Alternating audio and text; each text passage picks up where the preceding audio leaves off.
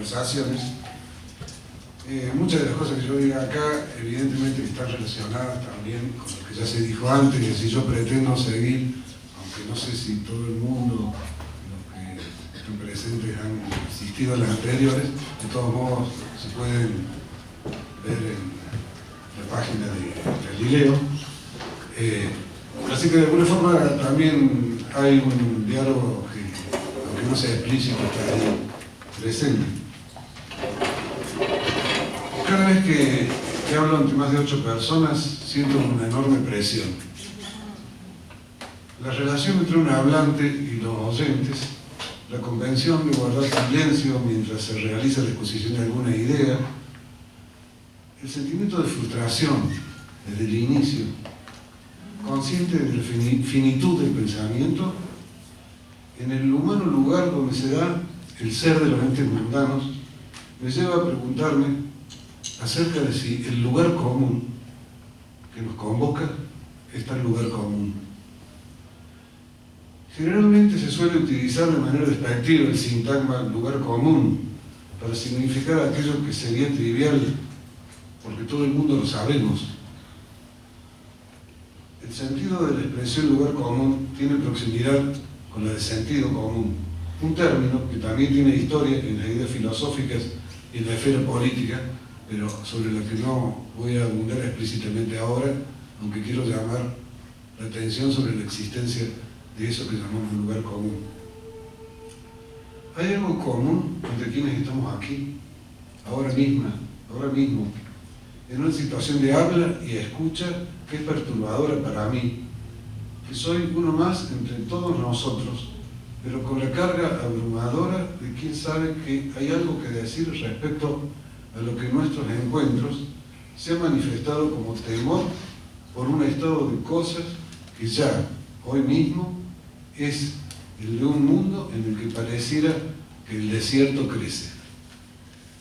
Un mundo en el cual el vacío de sentido, la muerte de Dios y sus consecuencias infinitas, junto con el fracaso de los intentos por salvar en la tierra lo que ya no está en el imaginario del cielo, ha devenido en tragedia.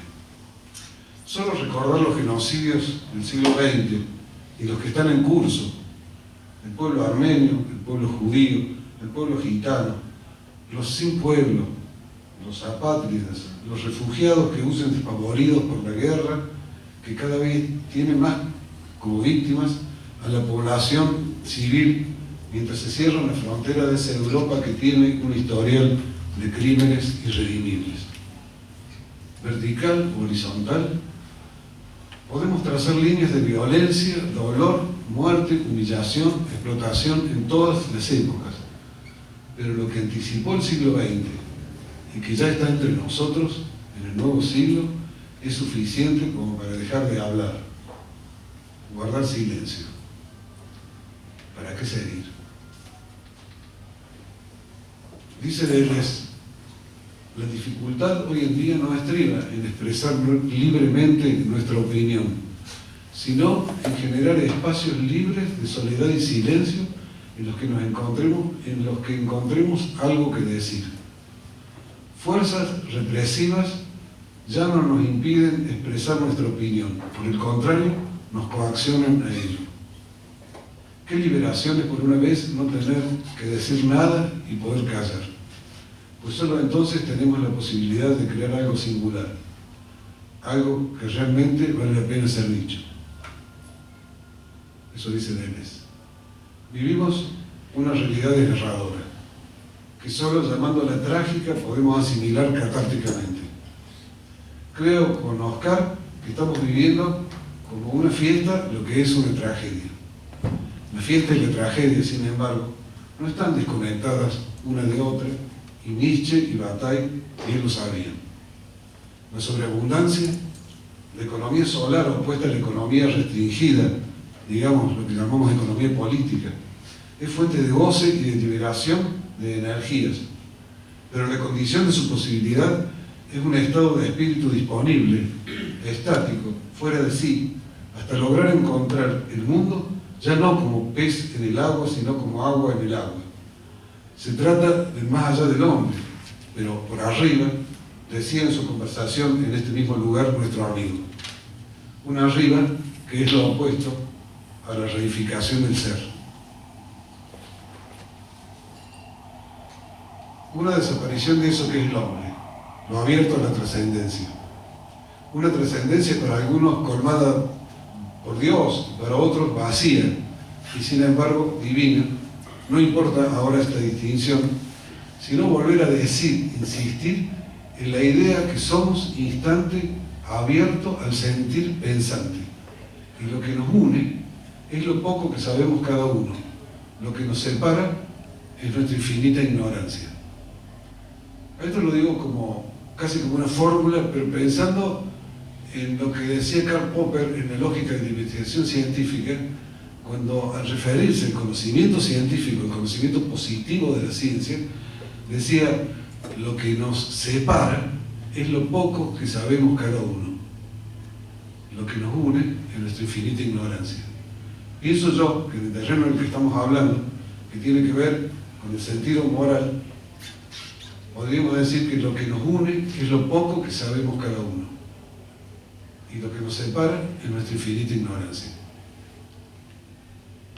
¿No se ha intentado ya, con métodos más violentos y menos sofisticados, una eugenesia delirante como fue el nazismo? ¿Los límites morales pueden adquirir positividad jurídica y eficacia normativa como para frenar estos intentos? ¿Cuál es el fundamento para prohibir experimentos con embriones más allá de ciertos límites? ¿Hay razones para oponerse a la construcción de máquinas de matar en reemplazo de soldados humanos, como hoy ya está en discusión? Hace unos días en La Voz del Interior salió una nota de un profesor de inteligencia artificial que está luchando a nivel de Naciones Unidas por constituir una comisión que de antemano prohíba el desarrollo de estos entes, digamos, que no es que son robots teledirigidos donde desde un comando central se le da la orden de disparar o no disparar. Tienen autonomía. Es decir, ya se puede configurar un soldado autómata, para decirlo así. Él, de alguna forma que es un participante en este tipo de proyectos, está espantado formando comisiones y alentando, haciendo un activismo, digamos así, para anticiparse al desarrollo de este tipo de artefactos. Estas son preguntas dirigidas a un sentimiento moral que no podemos eludir y que al parecer no lograrán detener aquello que es amenazante y que se impondrá tarde o temprano pese a sus reparos. Sabemos, es decir, hay quienes disponen de un saber acerca de cómo se puede intervenir en los genes para diseñar un ser humano. Si tienen suficiente apoyo económico, los científicos y técnicos pueden inaugurar un nuevo mercado y progenitores perfeccionistas pueden intentar hacer un hombre nuevo, entre comillas, o si no queremos llamar hombre a su criatura, un superhombre o un neo-X, no importa. Cuando digo perfeccionista, estoy pensando en una distinción que hace Fukuyama entre la justificación terapéutica y la justificación perfeccionista de la intervención en biogenética. Acá sería perfeccionista, hacer algo que los padres consideren que es superior a la media. ¿Quién establece los límites? ¿Cómo se garantiza la eficacia de una prohibición? Las formas jurídicas tradicionales son rebasadas día a día por los avances tecnológicos que dejan fuera de juego a numerosas normas cuyos límites se vuelven borrosos. Recordemos solamente la cuestión de la donación de órganos y el problema de la declaración de muerte, la discusión sobre muerte clínica, muerte cerebral y todo lo que implicaba toda una idea sobre la muerte, donde el derecho evidentemente tenía, no sé si podría ser una laguna de conocimiento, pero había algo ahí que no estaba definido, que era una zona de gran ambigüedad que se resolvió. La revolución científico-tecnológica ha causado un cambio cualitativo difícil de exagerar. La primera revolución económica, según Douglas North, un economista que escribió un libro que se llama Estructura y Cambio en la Historia Económica, está publicado en TED. Douglas North, Premio Nobel de Economía, miembro de lo que se llama la Escuela de la Economía Institucional, dice Douglas North, no fue una revolución, la primera revolución económica, no fue una revolución porque se alterase la actividad económica principal del hombre desde la caza y la recolección hacia la agricultura sedentaria. Fue una revolución porque esa transición creó un incentivo fundamental de cambio, de proporciones desconocidas para la humanidad. El cambio de incentivos nace de los diferentes esquemas de derechos de propiedad en los dos sistemas. Este cambio de incentivos es el que explica, dice North, el rápido progreso realizado por la humanidad en los últimos 10.000 años, a diferencia del lento desarrollo de la larga era primitiva de caza y recolección. Entre los comienzos de la agricultura sedentaria y el esplendor del Imperio Romano hay un periodo de aproximadamente 8.000 años. Tal vez la más importante de las consecuencias fue la aparición por primera vez en la historia de la organización política del Estado, el cual hace su aparición con la guerra y la inestabilidad.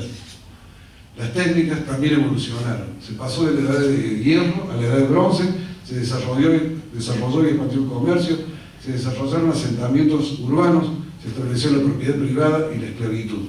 Es la época del surgimiento de lo que Lewis Mumford llamara la mega máquina. Un ejemplo de la mega máquina son lo que también se conocen como sociedades hidráulicas, por ejemplo, en el caso de Egipto, Babilonia, etc.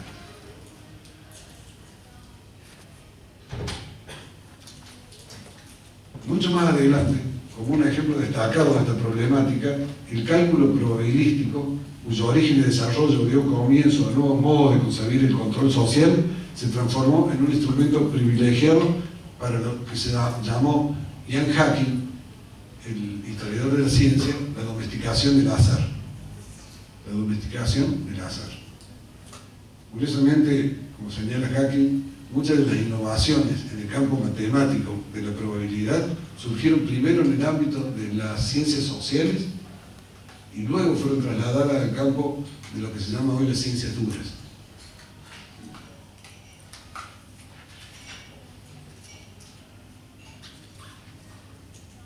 Normas jurídicas, reglas disciplinarias y control de poblaciones y territorios se deben repensar en un mundo donde el agenciamiento maquínico es hegemónico. El mundo contemporáneo está completamente saturado por la tecnociencia. Esta relación entre ciencia, técnica y su enlace a través de la tecnología es un fenómeno determinante en el modo de ver, pensar y hacer que ha puesto en crisis tanto la vida cotidiana como la concepción del mundo, inaugurando una época. En Vigilar y Castigar, el filósofo francés Michel Foucault realiza una impresionante investigación acerca del desarrollo en la modernidad de nuevas tecnologías, un conjunto de procedimientos para dividir en zonas, controlar, medir, encauzar a los individuos y hacerlos a la vez dóciles y útiles. La disciplina se ha desarrollado en los hospitales, en el ejército, en las escuelas, en los colegios, en los talleres. El cuerpo, para el autor, está inmenso en un campo político. Las relaciones de poder operan sobre él, esas relaciones lo cercan, lo marcan, lo doman, lo someten a suplicio, lo fuerzan a unos trabajos, lo obligan a unas ceremonias, exigen de él unos signos y va unido, de acuerdo con una serie de relaciones complejas y recíprocas, a la utilización económica del cuerpo. Es esta sociedad disciplinaria de los cuerpos la que ha sido superada, superación en el sentido de conservación, no obstante haber pasado a otro nivel. Ha sido superada por el control de la psique y las emociones, mediante técnicas persuasivas antes que disuasivas. Pero debían ocurrir antes otros sucesos. Con la revolución industrial comenzó un crecimiento económico sostenido y la población mundial aumentó de 800 millones en 1750 a más de 5.000 millones en la actualidad. El nivel de vida, el consumo de bienes de lujo y la esperanza media de vida se incrementaron en un nivel incomparablemente alto comparativamente. La actividad agrícola dejó de ser la predominante en el mundo occidental y, para decirlo brevemente, se pasó a la sociedad urbana con el aumento de la especialización, división del trabajo e interdependencia, y el cambio tecnológico se convirtió en norma.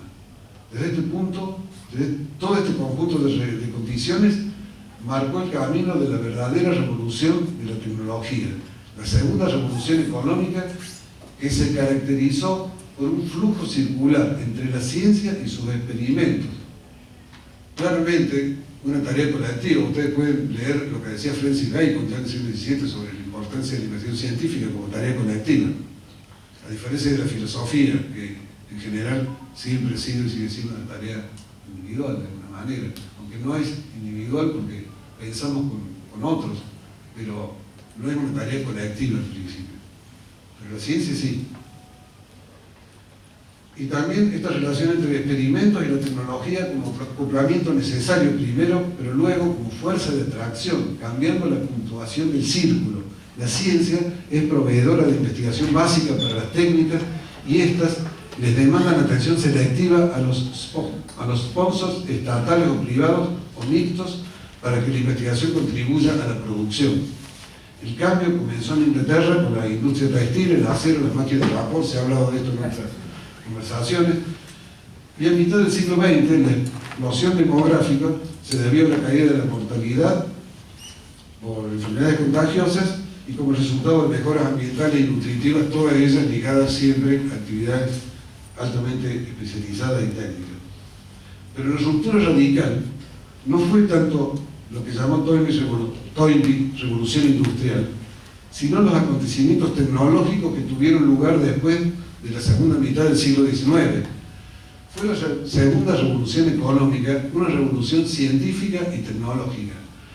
Pero no debemos pensar, de nuevo, que el impulso fue solamente aportado por la experiencia, el ingenio, la curiosidad, que por supuesto jugaron un papel, la imaginación humana es insustituible en todo esto, sino que hay otro factor fundamental, esto señalado también por el economista Douglas North, el sistema de patentes, derechos exclusivos de propiedad, marcas comerciales, derechos de autor y secreto comercial. La idea comenzó a ser mercancía. La revolución industrial se produjo como resultado de los cambios organizativos dirigidos a mejorar el control de los trabajadores. Se señala North, que la línea causal no va desde el cambio tecnológico al sistema fabril, sino desde el lugar único de trabajo a la supervisión, a la mayor especialización, a la mejor medición de las contribuciones de cada input y de allí al cambio tecnológico. En esto coincide totalmente con el punto de vista de Michel Foucault, de las prácticas. A su vez, la realimentación, por supuesto, de todo este proceso. Pero es importante señalar la puntuación en la que los incentivos económicos, merced a la especificación de derechos de propiedad, tienen como función de motor o impulso. El factor ideológico también es muy importante. No voy a señalar nada más que tenía una cita más larga, pero la idea, la conclusión de la cita es que se predicaban en general en la sociedad desde 1824 por lo menos reglas de oro en un intento de difundir las virtudes burguesas por todo el cuerpo social. También esto lo reconoce Douglas North. Las rupturas tecnológicas que han caracterizado a la segunda revolución económica son el desarrollo de maquinaria automática para sustituir el trabajo y las mentes humanas en la producción, la generalización de nuevas fuentes de energía y la transformación fundamental de la materia. Esto podría decirlo mejor algún autor francés, pero no, lo dice Douglas North, y reitero, para sustituir el trabajo y las mentes humanas en la producción. Las consecuencias sociales, políticas, jurídicas y económicas de esta revolución merecerían un estudio detallado, que es imposible realizar ahora, pero una prosperidad sin precedentes, aunque siempre desigualmente repartida, para el mundo occidental es una de ellas. La especialización y la división del trabajo es otra. Esa idea de que lo poco que sabemos cada uno es lo que nos separa del dicho de Popper. En muy poco tiempo se pasó de una transformación radical a otra. Primero la sustitución de la fuerza del esclavo por la del asalariado, luego la sustitución del trabajador por la máquina que sabe hacer, luego la transformación del productor en consumidor y de este en el target del marketing, modificando el buen vivir por el consumir más. Le siguió el reemplazo de las habilidades mentales por máquinas de calcular y finalmente el manejo de las decisiones por artefactos inteligentes. Me gustaría que apoyen el celular, por favor. En 1948, Norbert Wiener escribió su libro Cibernética, o de la comunicación y control en animales y máquinas. El nombre se hizo célebre y ha servido para múltiples propósitos, pero lo cierto es que este ensayo puso en evidencia el surgimiento de un nuevo paradigma de conocimiento que permitió mirar de otro modo y operar en consecuencia. La cibernética no es una ciencia ni una teoría, sino un campo donde la tecnología ha logrado sintetizar múltiples conocimientos antes independientes, logrando dar impulso a un tipo de ciencia de lo artificial. Este es el nombre, Ciencia de lo Artificial, de un excelente libro en este tipo de reflexiones de Herbert Salmon, en el que se pone de manifiesto cómo opera la arquitectura de la complejidad. Sistemas complejos que son más que la suma de sus partes, en la medida que sus propiedades no son reductibles a las de sus componentes. La cibernética fue desde el comienzo un instrumento de gobierno, es decir, un artefacto teleológico. El control es un tipo de acción para que algo sea de cierta manera, bien modificando su estado o dejándolo ser. La gobernabilidad está asociada a la decisión acerca de la acción, pero más específicamente, la búsqueda es la de lograr la mecanización de la decisión. Desde entonces, numerosos artefactos de comunicación y control han sido desarrollados por la industria, son comercializados masivamente y ocupan en nuestra vida un lugar que parece poner en peligro nuestra propia capacidad de hacer, de elegir y de pensar. Ya Emmanuel Vicente en la primera charla puso en evidencia muchos de estos aspectos. Somos desplazados en tanto individuos singulares del supuesto lugar que nos corresponde. Nos encontramos en una nueva fase de la historia del control y sus técnicas. Según Byung-Chul Han, un coreano en psicopolítica, estamos en la situación paradójica de una libertad al parecer ilimitada, pero que se ha transformado en una fuente de coacción aún mayor que la de la disciplina de los cuerpos. Se ha logrado un esclavo absoluto en la medida en que sin amo alguno se explota a sí mismo de forma voluntaria. Se trata del sujeto del neoliberalismo. El sujeto neoliberal, cito, como empresario de sí mismo, no es capaz de establecer con los otros relaciones que sean libres de cualquier finalidad. Se trata de también lo que parece la dialéctica del iluminismo de Adorno y Horkheimer, de una racionalidad instrumental en el comportamiento de los individuos. Hay también una dictadura de la transparencia. Los datos se entregan en control por necesidad interna del usuario de la red. Una superación del panóptico de Bentham por un panoptismo totalitario, pero benévolo e inteligente. Hemos pasado a un sistema de control denso, solo comparable con la aldea medieval, pero ahora como aldea global. Los sueños de los fisiócratas, que fueron quienes inauguraron la recolección masiva de datos, como lo relata Hacking, cuando todavía era una tarea muy trabajosa, se pueden materializar en el modelo neoliberal a partir de un flujo de datos cuya magnitud era impensable entonces. El poder inteligente, sin abandonar, pero sin poner por delante su potencial de violencia, se presenta hoy con el rostro amable de la permisividad. Cito de nuevo a Byung. El poder inteligente se ajusta a la psique en lugar de disciplinarla y someterla a coacciones. Leo de nuevo. El poder inteligente se ajusta a la psique en lugar de disciplinarla y someterla a coacciones y prohibiciones. Este poder amable es más poderoso que el poder represivo, escapa a toda visibilidad. Y Deleuze, en el post-scriptum sobre las sociedades de control, ha señalado que a diferencia de las sociedades disciplinarias, donde el régimen se organiza como cuerpo, en el sistema neoliberal se comporta como alma. De ahí, dice Byung-Chul, que la psicopolítica sea su forma de gobierno. La mutación del capitalismo, que significa el neoliberalismo, da un paso más allá de lo corporal disciplinario para adentrarse en la explotación desde el psiquismo. Un instrumento formidable con el que cuenta es el llamado Big Data, una acumulación de información que se realiza con la colaboración de los propios consumidores o incluidos en el sistema y que es utilizada para incrementar su sometimiento. Comunicación y control coinciden totalmente, cada uno es el panóptico de sí mismo. La actual euforia con el Big Data se asemeja a la euforia con la estadística del siglo XVIII, que con todo disminuyó rápidamente. La estadística es en efecto el Big Data del siglo XVIII, el análogo, pero con un poder increíble. Frente a la razón estadística pronto surgió una resistencia, principalmente por parte del romanticismo. Habría que preguntarse si eso es posible. En el romanticismo, a lo probable estadísticamente se opone lo singular, lo improbable, lo repentino. El romanticismo cultiva lo raro, lo anormal, lo extremo, frente a la normalidad estadística.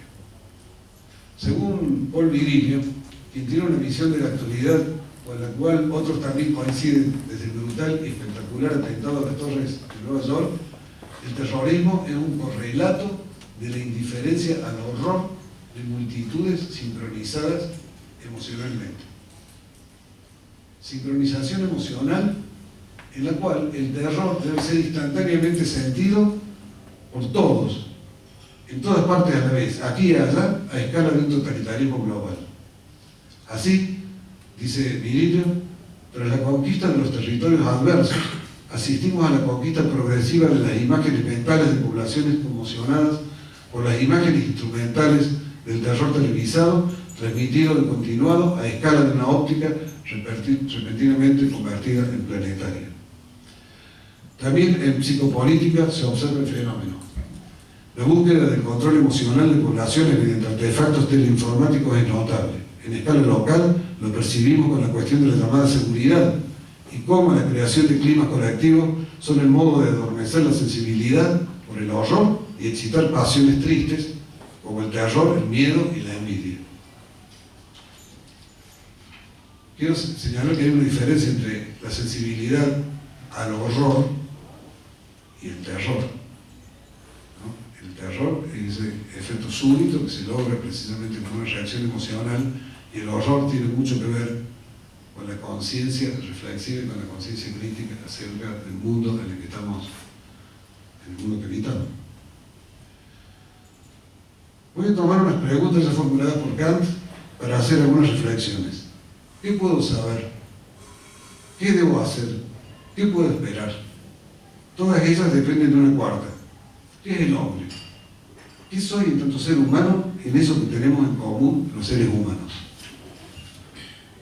Son preguntas que todos entendemos y que si no sabemos responder es tal vez porque no tienen una respuesta predeterminada, y que no tengan ninguna satisfactoria no impide que igualmente sea legítimo formularlas, sostenerlas, mantenerlas abiertas, aunque solo sea como preguntas.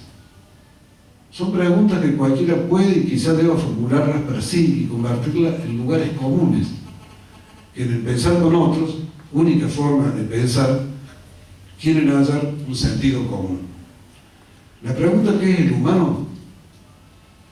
Es una pregunta, bueno, que se ha hecho, como decimos hombre, muchas veces es como sexista, tenemos que decir lo humano, pero se nos va. Yo muchas veces uso la palabra hombre, pero no digo en ese sentido genérico.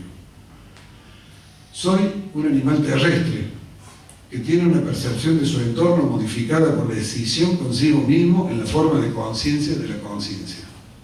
Cuando digo animal terrestre, no voy a leer toda una larga cita, es muy interesante, de Franz de Waal, que es un biólogo que ha trabajado mucho con chimpancés y con diferentes especies animales sociales, y que tiene un libro que se llama Primates y Filósofos. Es toda una invitación a una hermandad. Dice, si bien es cierto que los animales no son humanos, es igualmente cierto que los humanos sí son animales. La resistencia frente a esta sencilla pero innegable verdad subyace en la resistencia frente al antropomorfismo. He definido, dice de Waal, esta resistencia como antroponegación, el rechazo a priori de características compartidas entre humanos y animales. Después, en todo caso, si les interesa el tema, puedo continuar con la cita, pero no quiero excederme del tiempo.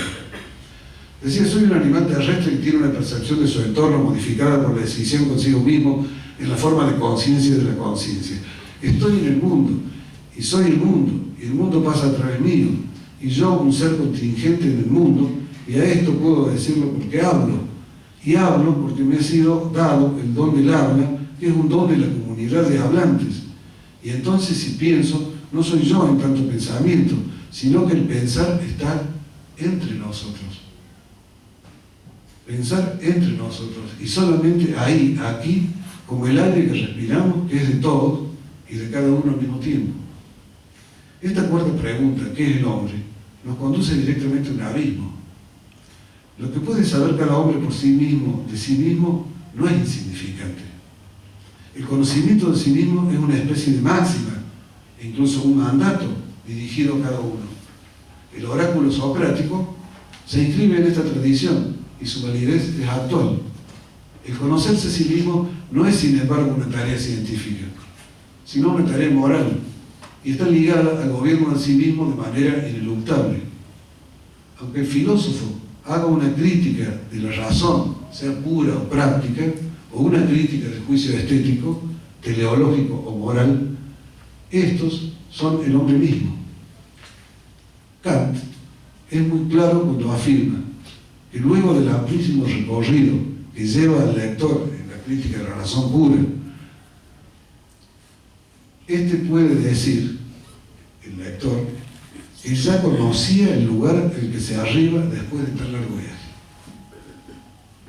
Y no es por modestia que lo dice, sino por honestidad intelectual.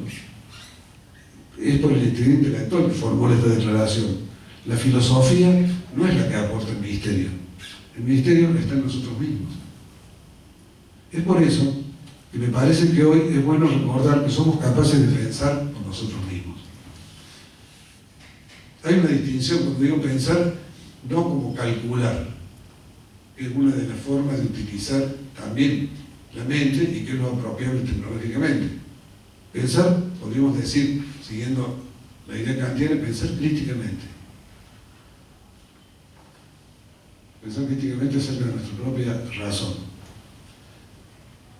Que nadie nos puede relevar en la tarea de adquirir conciencia, en la tarea de pensar por nosotros mismos. En una nota, la última de su ensayo, ¿qué significa orientarse en el pensamiento?, escribió Kant: pensar por sí mismo significa buscar la piedra de toque superior de la verdad en uno mismo, es decir, en su propia razón. Y la máxima de pensar siempre por sí mismo es la ilustración.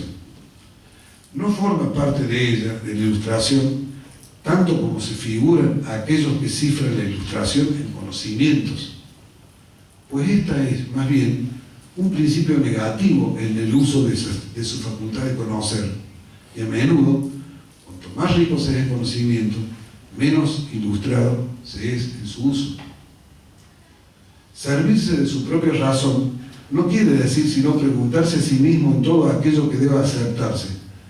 ¿Es factible convertir el principio general del uso de su razón o de nuestra razón, el fundamento por el que algo se admite o la regla que se deriva de lo que se admite? Esta prueba de universalidad puede hacerla cualquiera consigo mismo. Y con este examen verá desaparecer enseguida, dice Kant, la superstición y el entusiasmo, aunque no tenga ni de lejos los conocimientos para refutarlo con fundamentos objetivos. Pues, dice él, se sirve meramente de la máxima de la propia conservación de la razón. Pero, en relación a lo que estamos hablando, la hegemonización también del mundo y por la técnica y su maquinización, vean lo que dice Kant en la última parte de su reflexión, al final de este ensayo, que termina con esto. Es sencillo fundar la ilustración en sujetos individuales mediante la educación. Solo ha de comenzarse temprano a habituar a las jóvenes cabezas a esta reflexión. Pero ilustrar una época es más costoso, pues se encuentran muchos obstáculos exteriores que impiden esta clase de educación y en parte la dificultan. El conocimiento como ciencia positiva ha llegado a límites admirables. Gigantes parados en la espalda de gigantes hoy nos cuentan historias del universo en el que la Tierra tiene un origen y los confines del universo se expanden al infinito en un camino a la entropía que en nuestra escala humana es inconcebible. Y también la infinitud está en los pliegues de lo pequeño, lo infinitamente pequeño, subatómico, también inconcebible para nuestra escala. Para lo más grande y lo más pequeño, el lenguaje universal es el de las matemáticas. Las palabras naturales solamente pueden... Gustavo, ¿sí? ya estamos en 35 minutos. Bien, ahí voy cerrando. Pregunta, voy a terminar la idea la idea de qué se está hablando cuando el científico dibuja su hallazgo, el conocimiento matemático, el lenguaje matemático. Y hay, digamos, estos conocimientos en última instancia no se pueden expresar sino matemáticamente. Lo demás son relatos, casi que podríamos llamar de alguna forma mitos. El silencio del universo es estremecedor. Pero también hay otros saberes, como decíamos antes, lo poco que sabemos cada uno. No solamente el saber científico muestra la inteligencia innata de lo humano. Toda la historia de la humanidad está marcada por hitos decisivos que hacen de la trayectoria humana un curso no lineal. Saltos y bifurcaciones, pasos atrás y adelante, combinaciones sorprendentes nos han traído al presente, donde vivimos lo último del tiempo. Una pregunta que también quisiera dejar, porque voy a ir abreviando muy rápidamente, ¿es la moralidad específicamente humana? Esta pregunta debe aclararse. No hay duda que si tal cosa existe, es humana. Exclusivamente, ¿se puede considerar parte de un continuum o salto? Es cierto que cualquier animal dotado de unos instintos sociales bien marcados, incluido el cariño parental y filial, inevitablemente adquirirá un sentido moral o conciencia tan pronto como sus facultades intelectuales hayan logrado un desarrollo tan elevado, casi tan desarrollado como el hombre. Esto pensaba Darwin en el origen del hombre. Y Hume también lo respalda.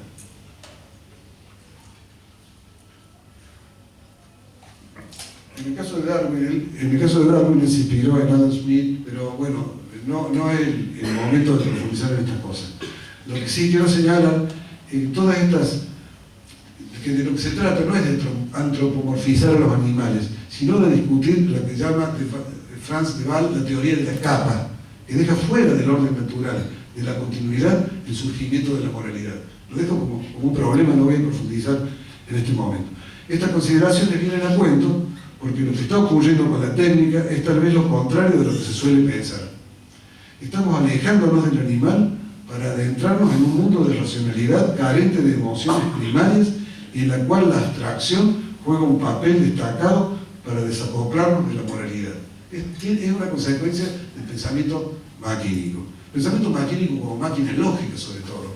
Si ustedes ven ciertas películas de ciencia ficción, como el excelente Alphaville de Godard, las órdenes ya no son órdenes en un sentido imperativo pasional, son órdenes lógicas.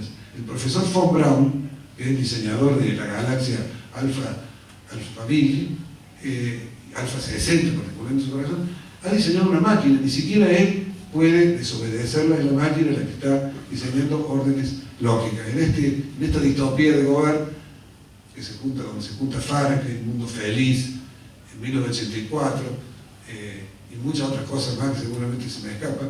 Bueno, en esta distopía, todo el movimiento de Alpha 60, que es esta máquina, lleva a la autodestrucción de esa comunidad. Su premisa es: nadie existió en el pasado, nadie existirá en el futuro, solo existe el presente.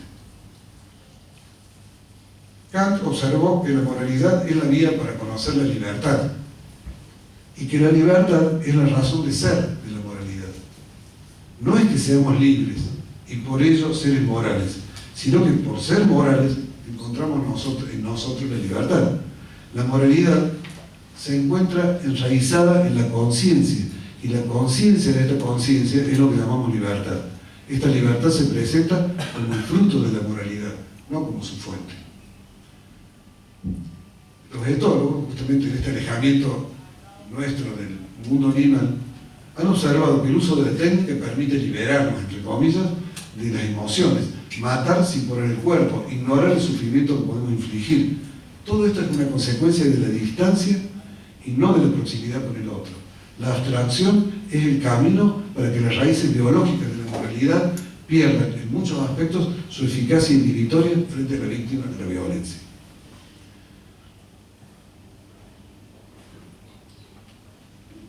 Voy a terminar con una cita de Nancy que me gustó mucho y que tiene que ver con esta cuestión de hasta qué punto estamos todos implicados en el mundo técnico.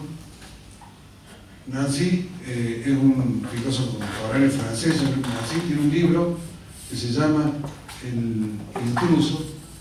Es una persona que fue cardiotrasplantada y hace una serie de consideraciones a los 10 años de haber sido trasplantado. Con esto voy a terminar. Un sujeto donde el artículo indeterminado en singular queda completamente problematizado como pregunta. ¿Un sujeto? ¿Un sujeto? Es el título de un libro de Jean-Luc Nancy y también un escrito sobre su experiencia como cardiotrasplantado, donde adquiere toda su fuerza la pregunta por el sujeto. Perdón, un escrito que se llama El intruso. Además del libro Un sujeto como pregunta de Nancy, hay otro libro donde también va reflexionando sobre el tema del sujeto, que se llama El intruso. Su experiencia como cardiotrasplantado, donde adquiere toda su fuerza la pregunta por el sujeto. Yo, ¿quién sujeto? Estoy citando. Yo, ¿quién? Yo. Esta es precisamente la pregunta. ¿Cuál es ese sujeto de la enunciación, siempre ajeno al sujeto de su enunciado, respecto del cual es forzosamente el intruso, y sin embargo, y a la fuerza, su motor, su embrague o su corazón? Yo he recibido entonces el corazón de otro. Pronto se cumplirán 10 años, me lo trasplantaron. Mi propio corazón, la cosa pasa por lo propio, lo hemos comprendido, o bien no es en absoluto eso, y no hay propiamente nada que comprender, ningún misterio, ninguna pregunta siquiera, sino la simple evidencia de un trasplante, como dicen preferentemente los médicos. Mi propio corazón, por tanto, estaba fuera de servicio, por una razón nunca aclarada. Para vivir era preciso, pues, recibir el corazón de otro. Nancy reflexiona acerca de lo que hubiera ocurrido 20 años atrás. No hubiera podido seguir viviendo. Y lo que tal vez 20 años adelante sucedería, sería un sobreviviente, quizá con otros métodos. Pero se produce un cruce, dice él, un cruce entre una contingencia personal y una contingencia en la historia de las técnicas. Siempre que ese yo se encuentra estrechamente aprisionado, ese yo siempre se encuentra estrechamente aprisionado en un nicho de posibilidades técnicas. Por eso, dice que se trata de una aventura metafísica y de una proeza técnica, sin contradicción entre esos términos. Una aventura metafísica porque Nancy termina o concluye. Estoy junto con mis semejantes, cada vez más numerosos, en los comienzos de una mutación. En efecto, el hombre comienza a sobrepasar infinitamente al hombre. Esto es lo que quiso decir siempre la muerte de Dios, en todos los sentidos posibles. Se convierte en lo que es el más terrorífico y perturbador técnico, como lo designó Sófocles hace 25 años. 25 siglos, perdón. Como lo designó Sófocles hace 25 siglos. El que desnaturaliza y rehace la naturaleza. El que recrea la creación. El que la saca de la nada y el que quizá vuelva a llevarla a la nada. El que es capaz del origen y del fin. Soy, dice él, esa sensación general de no ser ya indisociable de una red de medidas, de observaciones, de conexiones químicas, institucionales, simbólicas, que no se dejan ignorar como las que constituyen la trama de la vida corriente y por el contrario mantienen incesante y expresamente advertida a la vida de su presencia y su vigilancia. Soy ahora indisociable de una disociación polimorfa. Y más adelante, luego de narrar con detalle tratamientos, sustancias, instrumentos, prótesis, termina expresando dramáticamente, o patéticamente. me convierto en algo así como un androide de ciencia ficción, o bien en un muerto vivo, como dijo una vez mi hijo menor.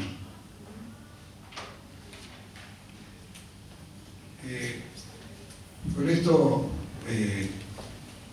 quería terminar, pero antes de ello quería decir que en estas charlas no se mencionó en ningún momento la revista Nombres, que el año pasado publicó un dossier sobre la técnica, bueno, que pronto va a estar acá en la librería. Hay una serie de artículos que me parece que son de mayor interés y los invito a ustedes entonces a que en su momento lo busquen si les interesa la temática. Nada más, muchas gracias. Cómo no, muchas gracias.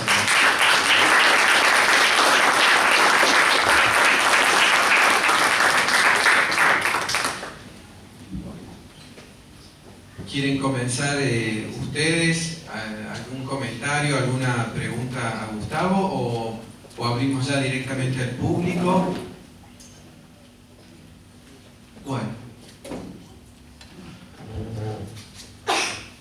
Quien quiera hacer alguna pregunta, le acercamos el micrófono. Sí, Hugo. Usted ha hecho un raconto de 10.000 años de historia con un tono crítico a todos los aspectos, o muchos aspectos de la aparición de la técnica y otras cosas en la raza humana o en nuestro mundo. ¿Cuál sería con una visión casi diríamos negativa de lo que ocurre y de lo que ha ocurrido? ¿Cuál sería una alternativa? ¿Existe alguna posibilidad de que haya otro mundo? No podría contestar esa pregunta, porque siempre cuando pensamos hacia atrás da la impresión de que estamos en un mundo determinístico, es decir, vemos toda la cadena de causas hacia atrás y efecto y pareciera que pudiéramos ver todo. No, yo creo que hay, en primer lugar le voy a decir esto, como decía Jacob Burckhardt, un amigo de Nietzsche que daba clase en Basilea, cuando el hombre prehistórico, el primer hombre, salvó a un compañero de caza del peligro, poniendo en juego, dando su propia vida, el espíritu estaba saturado. O sea que no quiero negar toda la condición humana en relación a lo que podríamos llamar ciertas virtudes menos altruistas y de todo lo demás. Justamente el mundo de la animalidad está lleno de ejemplos de ese altruismo. No, yo no he querido hacer algo negativo. Y estos 10.000 años de historia simplemente los traje en relación a un estudio que no he hecho yo, obviamente, que es de un historiador reconocido en la historia económica como Douglas North, por eso le cité el libro, que dice muchas cosas de estos 10.000 años, pero analiza el papel que tienen los incentivos, en los incentivos para desarrollar la tecnología, los derechos de propiedad. O sea, esta economía, llamada economía institucional, es una economía que, a diferencia de la economía clásicamente liberal o neoclásica incluso, es una economía que ha tomado en cuenta el derecho, las instituciones, el costo de hacer cumplir las reglas, un supuesto antropológico del hombre oportunista que trata de violar las reglas cada vez que puede, si gana algo, y que no se, en un comportamiento, digamos, teóricamente racional. No quiere decir que eso ocurra empíricamente con todo el mundo, pero toda esa economía le da mucha importancia a la ideología, a la confianza y al derecho. Y cuando analiza el papel del desarrollo tecnológico, evidentemente que son los sistemas de especificación de la propiedad, como le llaman los economistas, factores o motores fundamentales en la aceleración del desarrollo, desde la primera revolución económica a la segunda. Eso por un lado. Por otro lado, el tema de las mentes, lo que dice él del papel de, digamos, que podría ser ver el rasgo negativo. Creo que en esta charla se ha dicho suficientemente bastante sobre la delegación de decisiones cada vez mayores y de mucha importancia al cálculo algorítmico de máquinas que pueden procesar millones de datos. Estamos hablando de los sistemas de Big Data, que hemos hablado también de eso, y que pueden, en ese sentido, suplantar, y de hecho suplantan muchas decisiones, por ejemplo, en los mercados financieros, a las decisiones de los brokers que trabajan con esas máquinas. Es decir, los modelos matemáticos no son un invento de hace pocos años, hace mucho que se trabaja con modelos matemáticos en el terreno de la especulación financiera. Entonces, todo ese tipo de situaciones creo que hay que describirlas. Y cuando estamos hablando de Nancy, felizmente Nancy está vivo y ha escrito hermosos libros que nos nutren a todos nosotros. Así que yo no estoy renegando, ni él creo que tampoco, pero está dándose cuenta de que hay algo en nuestra época que está cambiando con relación a múltiples factores que se van conjugando. Entre ellos, la propia ingeniería genética, que, como expuse ahí en la pregunta, en algunas de las preguntas, también exige pensar ciertos límites. Pero ¿quién pone esos límites? Evidentemente que se trata de problemas políticos en relación a la tecnología. Eso es lo que quiero decir, nada más, pero no es nada. Perdón.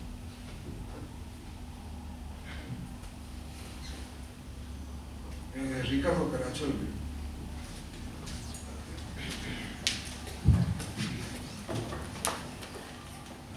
Gracias.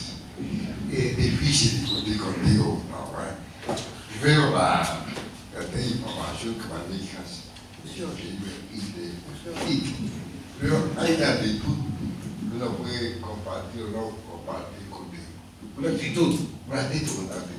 Yo creo que lo dijo, no dije, pero mira, si uno vuelve, como te gustaría hacerlo, a los clásicos, a Platón, encontrás el mito de la caverna. La caverna es simplemente un mito acerca de la ignorancia. La ignorancia es una condición de ciertos seres desgraciados que no pueden darse cuenta que lo que ven es solamente sombra. Sí. Si no te escucho mal, un conjunto de desgraciados que no pueden ver sino sombras. Que no pueden ver sino sombras. Lo que vence la salida de caverna es el conocimiento. Pero el conocimiento es una técnica. La técnica permite cambiar el mundo. Ahora, ¿cómo vas a cambiar el mundo? Es otro problema. Claro, hay que tomar o cambiar lo que han tomado, pero toda la humanidad es un conjunto de usos errados y acertados de la técnica. Pero uno puede hacer un balance negativo como el tuyo o puede hacer un balance positivo como también puede hacer. Entonces, en realidad, el avance tecnológico por sí solo es totalmente irrelevante para la cuestión de valor. Depende cómo uno valore qué decisiones tome con respecto a la base. A la par de la bomba atómica, la medicina. Hoy se pueden salvar vidas humanas que hace no tantos años era imposible salvar. Es un punto tecnológico. Entonces, ¿qué se puede decir? La computación, la cibernética, ha agilizado la capacidad de procesamiento de datos, de tal manera que podemos saber más rápidamente lo que es necesario para sobrevivir. Ahora, si una decisión política o empresaria, lo que tú quieras llamar, hace mal uso de ese conocimiento, entonces no es una cuestión que no es, uno ha convertido a la técnica